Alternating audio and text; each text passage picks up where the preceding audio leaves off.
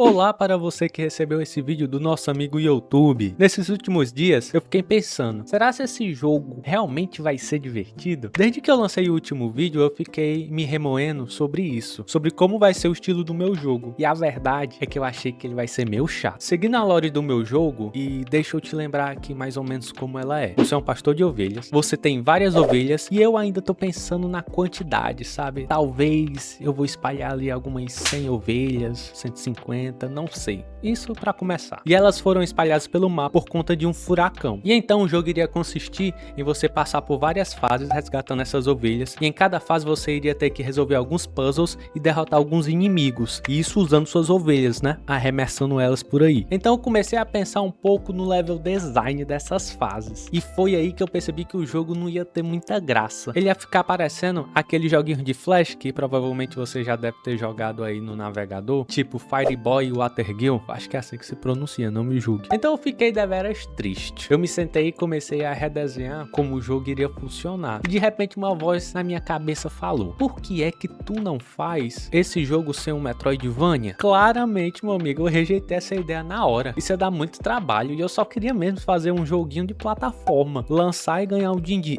Quer dizer, aprender e me divertir. Mas depois de dialogar bastante com essa voz, eu cheguei a uma conclusão.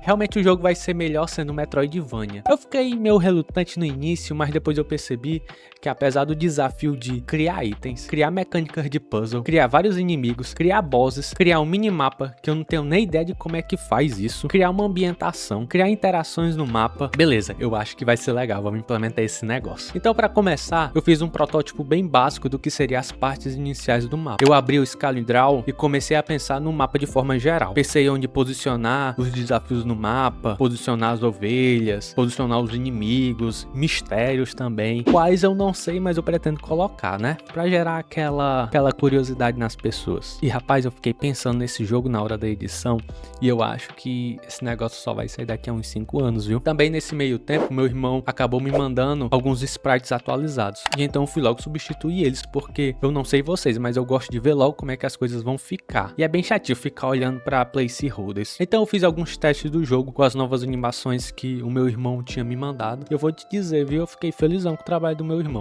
Só pra avisar, pessoal, meu irmão tá fazendo isso daqui por vontade própria, viu? Eu não tô coagindo ele, não. Depois disso, eu trabalhei em algumas mecânicas de puzzle. Eu comecei criando algo básico, como placas de pressão e alguns pilares. Eles vão funcionar da seguinte forma. Vão ser dois tipos de placas de pressão. Uma vai ser pressionada somente uma vez e vai ser ativada. E a outra, você vai precisar ficar em cima dela para ela poder ser ativada. E elas vão ser responsáveis por ativar ou desativar um pilar, que vai bloquear o caminho. Em seguida, meu TDAH não deixou eu refinar esse puzzle. E eu pensei, acho que vou criar alguns inimigos, um negocinho ali pra ir atrás do jogador. E no vídeo passado, já agradecendo aos comentários e as sugestões de vocês, algumas pessoas deixaram ideias de inimigos. E eu não estou me apropriando dessas ideias, mas me inspirando, viu? Então eu decidi criar o primeiro inimigo básico, o lobo, que basicamente vai andar de um lado pro outro. E como primeiro inimigo, eu acho que tá bom, porque ele só vai servir mesmo pra atrapalhar a movimentação do jogador pelo mapa. Depois disso, eu trabalhei um pouco nas ovelhas e criei algumas variações de ovelhas que a gente vai ter, basicamente duas, uma ovelha grande e uma ovelha pequena. E a mecânica das ovelhas, além de você usar elas para lançar e causar dano nos inimigos, vai ter uma pegadinha. Você tem um limite de quantas ovelhas você pode carregar, e dependendo do tamanho da ovelha ou da quantidade, mais lenta e menos força você vai ter para poder arremessar elas. Então você vai precisar ser inteligente, já que não vai poder ficar andando com elas por aí. Beleza, depois dessas implementações eu decidi dar uma testada no geral e vou mostrar aqui para vocês. Eu comecei a construir um pouco do mundo e colocar alguns puzzles e também os monstros para poder testar as mecânicas do jogo que eu já tinha montado. Então vocês podem ver que eu dei uma atualizada nos sprites do mapa,